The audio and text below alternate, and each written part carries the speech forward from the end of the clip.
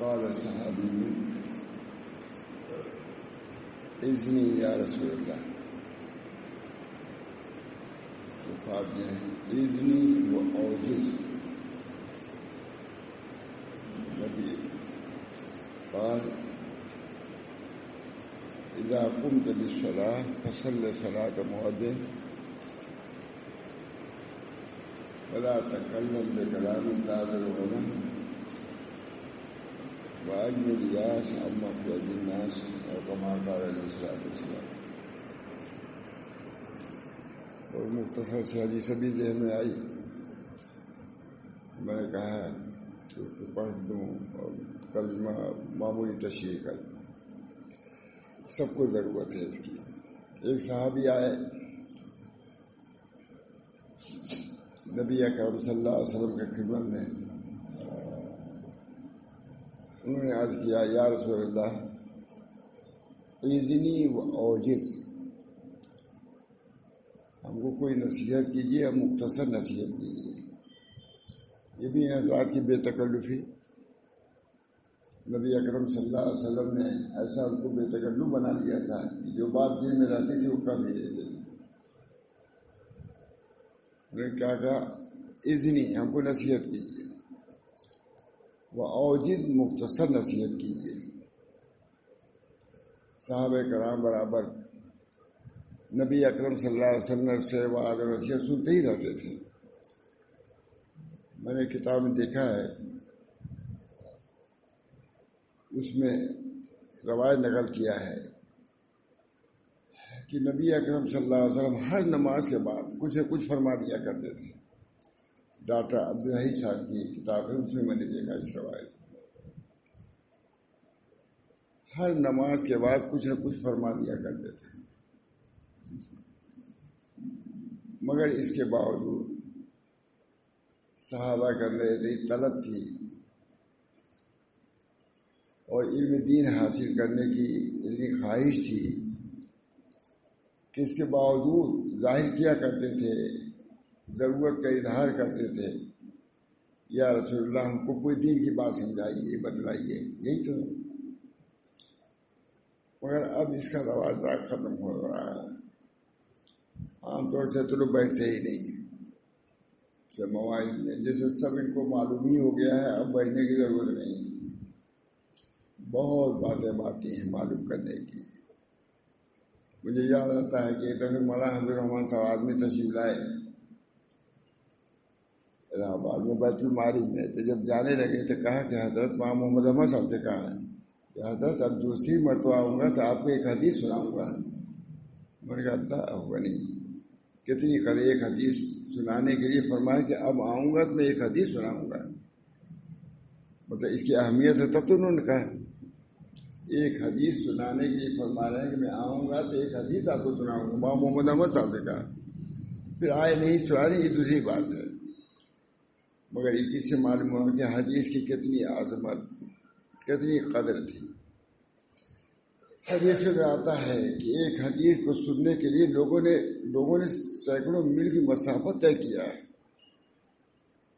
تب جا کے ایک حدیث ملی ان کو. پھر اس کا بھی چھان بین کیا، یہ حدیث صحیح ہے، راوی صحیح ہے. پورے طریقے سے جب یقین ہو گیا تب وہ حضرات لکھتے تھے، سنتے تھے. حضرت امام بخاری کے متعلق تو بہت مشہوری ہے. وہاں تقی الدین صاحب کے میں گیا، شیخ الحدیث، سبھی لوگ جانتے ہوں گے، علماء جانتے ہی ہیں، ہمارے ضلع میں بہت مشہور بھی ہو گیا ہے. ایک حدیث سنانے کے لیے ایسی بات. وہاں تقی الدین صاحب کے میں گیا تو انہوں نے کہا کہ بھائی کچھ سنا دو. تو میں نے سنایا. سبھی بڑے لوگ تھے. میں نے یہ سنا کہ ایک حدیث کو لکھنے کے لیے امام بخاری نے حاصل کر لیا، لیکن لکھنا ہے، مسافت طے کیا، وہ دوسری بات ہے. اب جب لکھنے جانے لگتے تھے تو غسل کرتے تھے، 2 رکعت نماز پڑھتے تھے، تب اس کے بعد لکھتے تھے. اتنی عظمت حدیث کی. میں نے کہا دیکھو، نماز پڑھنے کے لیے آتا ہے. نبی اکرم صلی اللہ علیہ وسلم نے ارشاد فرمایا جو جو شخص 5 وقت کی نماز پڑھتا ہے وہ اس کے گھر کے سامنے ایک نہر ہے، اس میں وہ غسل کرتا ہے. جب وہ 5 وقت غسل کرتا ہے تو بتلاؤ اس کے بدن پر کچھ مل کچل رہ جائے گا؟ کیا نہیں. کہا اسی طرح نماز پڑھ لیتا ہے تو سب گناہ پاک ہو جاتے ہیں، گناہ سے بالکل پاک و صاف ہو جاتا ہے. میں نے کہ ایک حدیث لکھنے کے لیے غسل فرماتے تھے اور 2 رکعت نمازی پڑھتے تھے. غسل فرماتے تھے اس لیے تاکہ طہارت بدنی حاصل ہو جائے، اور نماز اس لیے پڑھتے تھے تاکہ طہارت باطنی حاصل ہو جائے. طہارت ظاہری کے لیے تو غسل ہے، پانی ہے، لیکن اسی پہ اکتفا نہیں فرماتے تھے. یہ نہیں کہ صرف غسل کر کے پڑھاتے، وہ لکھتے تھے غسل کے بعد 2 رکعت نماز کا بھی ہے. بہت محدثین تھے سب بڑے لوگ. میں نے کہا اس میں معلوم ہوا جس طہارت ظاہری کی ضرورت ہے طہارت باطنی کی ضرورت ہے.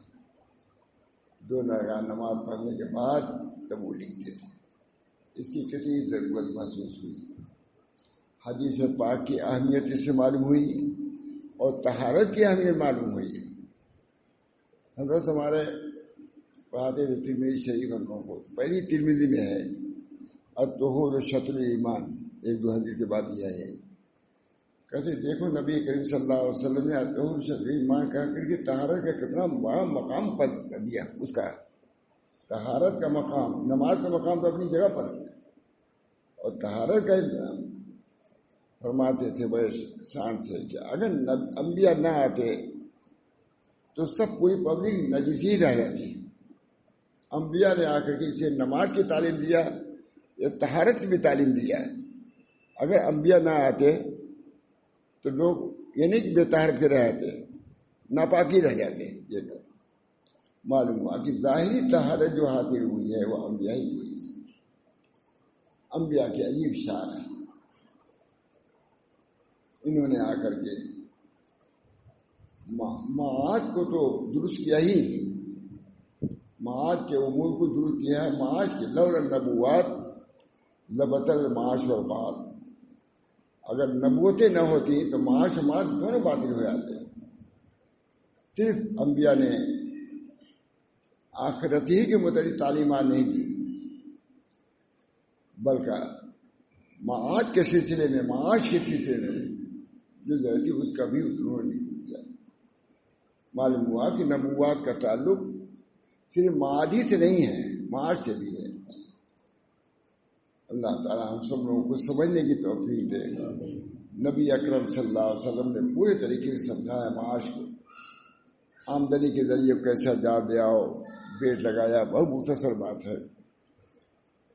جا کے لے آؤ، اس کو بیچو.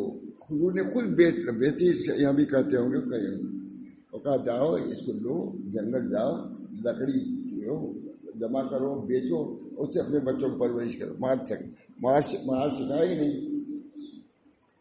اب یہ نبوی طریقہ ہو گیا. میں نے علی گڑھ میں بھی کہا تھا، شاید پہلے بیان کیا تھا کہ اس کا سلسلہ بھی معاش سے ہے. علی گڑھ کا سلسلہ بھی یونیورسٹی ہے، اس کا تعلق زیادہ کسے معاش سے ہے. لیکن معاش کے ہونے کی وجہ سے نبوت سے یہ غفلت نہیں بن سکتے، مستقلی نہیں ہو سکتے.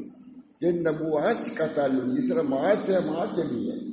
اس وجہ سے یہ ادارے کے بھی تعلق نبوت سے رکھنا ضروری ہے، بغیر اس سے آزاد نہیں ہو سکتا. نبوت اللہ تعالیٰ نے نبوات کو جو بھیجا ہے تو صرف معاش کو درستی کے لیے معاش، ورنہ ہم اٹھنا بیٹھنا بھی ہم نہیں سیکھ سکتے تھے. نبی صلی اللہ علیہ وسلم نے آ کر کے سجدے کا ڈھنگ سکھایا ہے، رکوع کا ڈھنگ سکھایا. فرماتے ہیں حضرت شاہ انور صاحب کہ حضور صلی اللہ علیہ وسلم سے صحابہ نے سجدے کو بھی سیکھا کہ سجدہ اس طرح کیا جاتا ہے اور رکوع اس طرح سے کیا جاتا ہے. اگر صحابہ نہ سیکھے ہوتے تو آج تک کسی کو سجدہ کرنے کا ڈھنگ نہ آتا. چلا آ رہا ہے کرنن بعد کرنے، اس طرح سجدہ حضور صلی اللہ علیہ وسلم اس طرح سجدہ کرتے تھے کہ نہیں؟ اس طرح رکوع کرتے تھے. ہر چیز کا ڈر. اس طرح تکبیر فرماتے تھے. تعجب کی بات ہے کہ ان چیزوں کو بھی صحابہ نے من و ان محفوظ رکھا ہے. بہرحال نبی اکرم صلی اللہ علیہ وسلم جو تشریف لائے جو معاد کے ساتھ معاش کا بھی آتا ہے کہ حضرت ادریس علیہ السلام نے مجھے طب کی بنیاد رکھی ہے. جب وہ چلتے تھے جنگلات میں تو جڑی بوٹیاں کہتی تھی میں فلاں مرض کی دوا ہوں. جڑی بوٹی کہتی تھی. طب کی بنیاد حضرت ادریس علیہ السلام سے. نبی تو تھے, ہم لوگ سمجھتے جالینوس پر ہے تو یہی سمجھتے ہیں جالینوس پر فلاں حکیم پر ہے, یہاں فلاں حکیم پر ہے. وہاں یہ کہ ادریس علیہ السلام پر علم طب بھی نازل ہوا ہے, اس اعتبار سے انہوں نے تعلیم دیا ہے. بعض نبی ہل چلاتے تھے, بیج ڈالتے تھے, تو کاش کا تعلق بھی نبوتی سے ہے. تجارت خود نبی کریم صلی اللہ علیہ وسلم سکھا ہے. تجارت کا سلسلہ بھی نبی سے ہے. اب 3 کہہ دیا ایسے زیادہ نہیں کہوں گا میں, بہت طویل ہو جائے گی بات. نبوات یہ سب تجارت بھی تو کیا معاشی سے تعلق ہے. نبی صلی اللہ علیہ وسلم آ سفر کیا اور معاملہ بھی کیا مداربت کا, تاکہ وہ بھی مسئلہ آ جائے. مداربت سے بھی ہو سکتی ہے. جو مولوی تجارت نہ کرتے کسی کے شریک ہو جائے جو تاجر کے, معلوم ہے نا کہ یہ بھی ایک سلسلہ ہے. یہ لوگ سب لوگ شریک رہتے ہیں. مولوی جتنے لوگ ہیں سب تاجر بھی ہیں. سب سچ کہتا ہوں, کوئی گجرات کا آدمی مولوی نہیں جو تاجر نہ ہو. ہم کو سب معلوم. اس بنا پر معلوم ہوا کہ حضور صلی اللہ علیہ وسلم نے تجارت کا بھی سکھایا ہے اور صنعت کا بھی. کڑھائی بنانا آسان ہے, ہم کو تو کبھی اب تک نہیں سمجھ میں آتا, ابھی بیان بھی نہیں کر پا رہے ہیں. نبی کریم صلی اللہ علیہ وسلم نے کہا جاؤ جتنا تمہارے پاس ہے بیچو, اتنے روپے جا کھلاؤ پلاؤ, اتنے کے جا کے یہ لے آؤ بیچ لے آؤ. اور سب اب ہم لوگ کہاں جائیں گے, اب بھی نہیں لگائے کہ کڑھائی لگا دیں گے ہم. ارے یہ لوگ لگا دیں گے, ہم تو نہیں لگائے, ہم تو بالکل یہ بھی نہیں لگا سکتے. بزرگ آدمی کوئی نہیں لگا سکتا. یہ شاید لگا لیجیے, یہ ہمارا بھتیجا ہے تو میں کہتا ہوں یہ ہمارے خاندان سے ذرا سا الگ سے ہے, خود اس چیز جانتا ہے. یہ نبی صلی اللہ علیہ وسلم تعجب کی بات ہے کہ بیٹ لگانا بھائی آپ لوگوں نے اہمیت, میں نے بہت اہمیت سمجھا. ہم لوگ کہاں کوئی سب دیکھتے ہی گزاری کیسی ہے کیا ہے, لیکن یہ کہ نبی صلی اللہ علیہ وسلم نے اس کا بھی ڈھنگ سکھایا کہ بڑھاری اس طرح بنائی جاتی ہے. تو گیا ہوتا ہے یہاں خود لگایا ہوں صلی اللہ علیہ وسلم نے, اور کہاں بھی چلے جاؤ لگے جو اتنے دن 1 ہفتہ آنا مت. یہ بھی ایک تعلیم. بار بار مجلس میں آؤ گے تو نہیں کر پاؤ گے. یہ بھی ایک تعلیم دے دیا ہے. انہیں مجلس میں آنا ضروری نہیں ہے. اگر تمہارے بال بچوں کا مسئلہ ہے تو اس کو حل کرو پہلے, وہ فرض ہے. اس شاہ کے بعد سب لوگ بیٹھے ہوئے تھے. صاحب ایک صحابی کڑھائی لے کے جنگل جا رہے تھے. ہر جگہ صحابہ تو آدمی تھے, کہا دیکھتے نہیں ہے سب لوگ تم یہاں بیٹھے ہیں ذکر و شکر کر رہے ہیں, یہ سارا جنگل دنیا. انہوں نے سن لیا, واہ کیا کہتے ہو تم لوگ نفل ادا کر رہے ہو, وہ فرض ادا کرنے کے لیے جا رہا ہے. تعلیم دیا کہ نہیں, معاشی ترجیح دیا. ایسے موقع پر ترجیح دینا یہ فراست کی بات ہے. حضرت جعفر صادق نے پوچھا حضرت امام ابو حنیفہ سے کہ فہم کسے کہتے ہیں. حضرت جعفر صادق نے پوچھا حضرت امام ابو حنیفہ سے کہ فہم کسے کہتے ہیں. تو انہوں نے فرمایا کہ جو مضر اور مفید چیز میں فرق کرے یہ ہے فہم. مضر اور مفید چیز میں فرق کرے, یہ مضر ہے یہ مفید ہے. کہا یہ تو کتے بھی جانتے ہیں, کتا بھی جانتا ہے کہ گھاس ہم کو نہیں کھانا چاہیے, ہمارے یہ مضر ہے.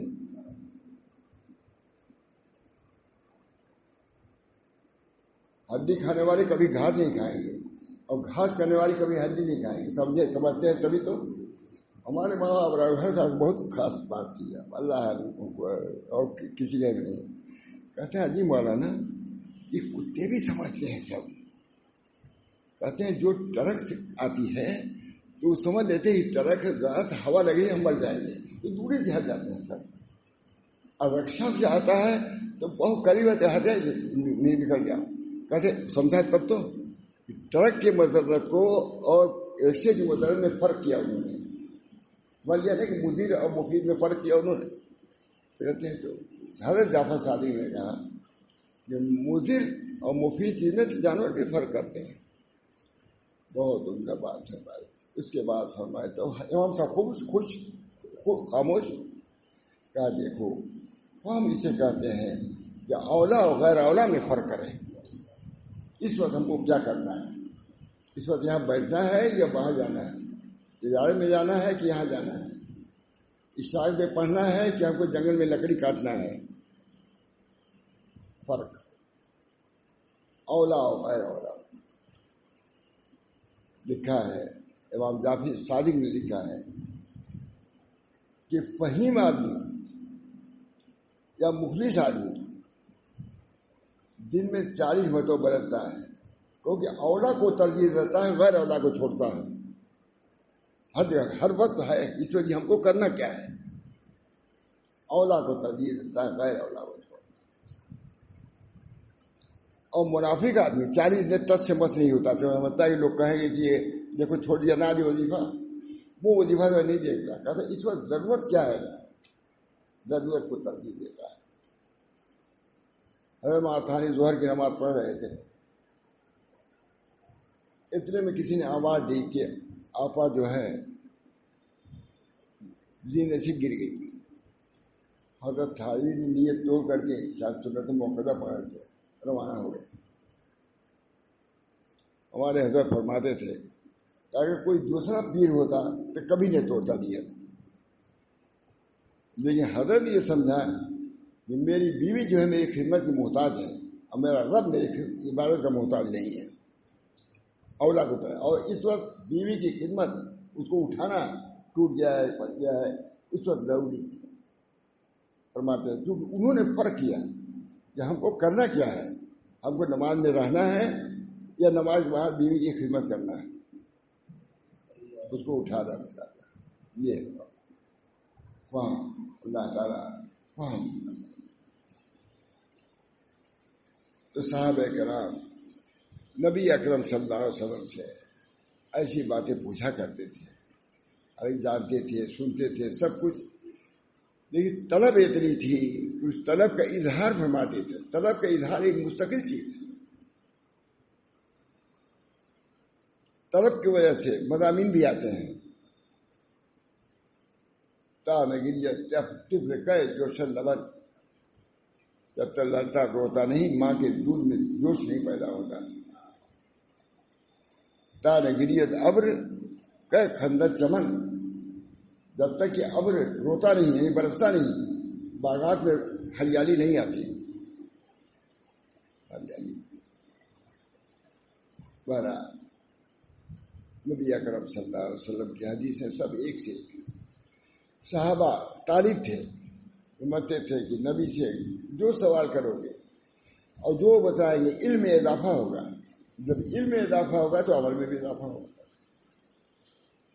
کہا یا رسول اللہ اذنی مختصر کر اذنی کو اوجی،